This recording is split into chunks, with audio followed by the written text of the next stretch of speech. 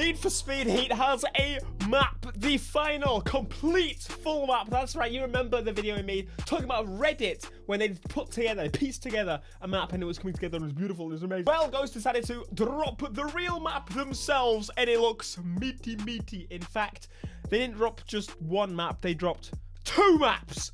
That's right, we got 2 of them. Okay, technically it's 1 map, but it's the night mode and day mode.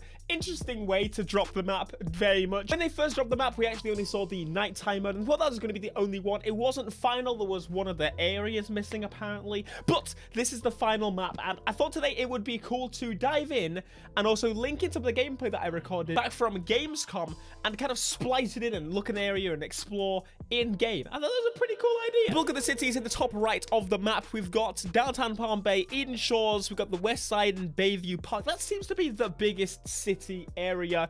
I'd say mostly downtown Palm Bay and Eden Shores. Very city vibes, very much like the older Need for Speed games that are in the city. Obviously, in Need for Speed Payback, we had a city, and 2015 we had a city, but they weren't used properly. 2015 is a little bit more, but it wasn't properly a city. It was a very big open map, and the city wasn't really accessible. This time round, we have a proper city where we can chase and be chased by the police and whatever else there is out there. It's going to be absolutely ridiculous. Now, one thing that's very cool, that's something that we've noticed on the gameplay I've filmed and a bunch of other people have filmed. If you go through the city, there's alleyways and side roads and places for you to go around. Something they focus on this time is to have a lot more junctions. Now, that doesn't sound massively exciting anyway, but it means that it's not these long, straight, boring roads for a really long time. There are some straight roads, however. If we go back to the map, there's a highway that goes through the middle of the map, which is going to be very useful in many ways to get from one side to the other, but also very useful for getting high speed. Obviously, in Payback, there was many areas to get the high speed of a car, but this time, because building cars is so important to the core experience of the game, piecing together the ultimate builds with engine swaps and swapping out big turbos and swapping into little turbos and all these little details, which is just fantastic. I cannot wait to properly just get a car, test an engine, test another engine, just keep playing back and forth. In fact, yesterday on Twitter, they dropped a V12 Mustang as a video clip.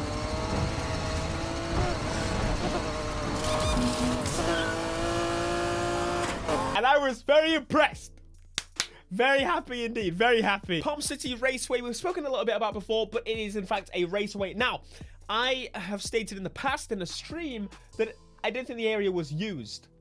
I was wrong. This area is very much used for the day races and probably the night races too. There are proper races here, and this area just seems less run down than I remember it before, but I do know that it's a lot of fun, and your boy maybe you've gone there recently. Brand new Need for Speed Heat content is coming super soon.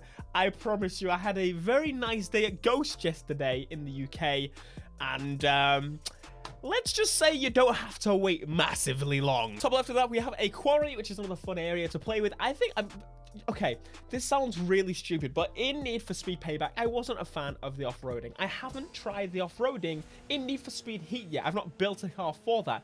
I am intrigued to see how it handles, because I am very happy with the handling in general, but I want to see what happens when I try and make a car that's not meant to off-road, say for example a Lamborghini, and finally lift it and do all the stuff to it and take it off-roading in this game. Is it finally going to feel good and actually have a point? On right the map, we've got some pretty cool drifty mountain area. This area very clearly is begging to be skidded on.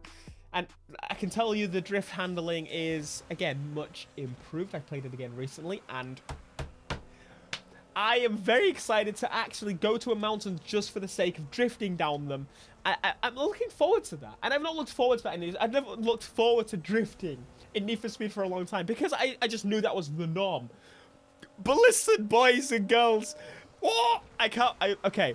But there's a lot of the drifty mountain roads, and this isn't the only sections of them. There's some pretty cool sections over in the city as well. If you look at this island here, it's pretty drift-tastic. And as you go over to the left of the map in general from there to Cloudbank and that surrounding area, drift heaven. Absolutely everywhere. They didn't want to just have straight roads everywhere because that's not as fun. Even if you're in a race-focused car, you kind of want to swerve around and see the scenery and see the sights. And a lot of the map has been designed to have these massive vistas. So you go down a hill, you see the city in the distance. It's awesome. The area right in the middle of Edgewood Valley, I'm not exactly sure what that is.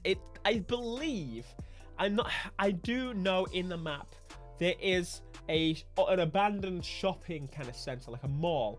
And I'm not exactly sure if that is the area. I might be mistaken, but that looks like what it is. And I believe you can get on top of it. Now, I had a thought, I had a theory. I didn't try this recently, but I wish I did.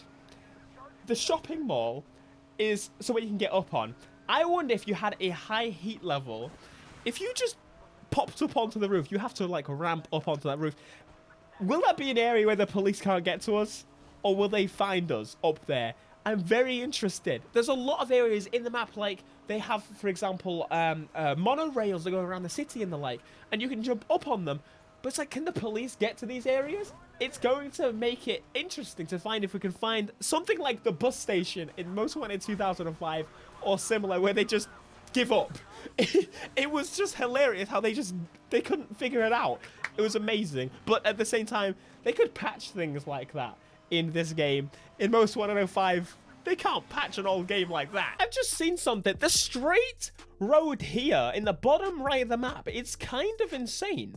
It looks ridiculously straight, and that might actually be the perfect area for some kind of drag racing or something. That's pretty cool. Anyway, I don't want to take massively long to just talk about the map, because realistically, we're going to be showing you what it's like very, very soon. So you are already in the right place for Need for Speed news. If you want to check out the high quality map pictures, link it down below on the website. Support us. Thank you. I appreciate. Anyway, be sure to smash like, subscribe if you are new. You're in the right place. Need for Speed Heat content dropping super soon. Until next time, peace.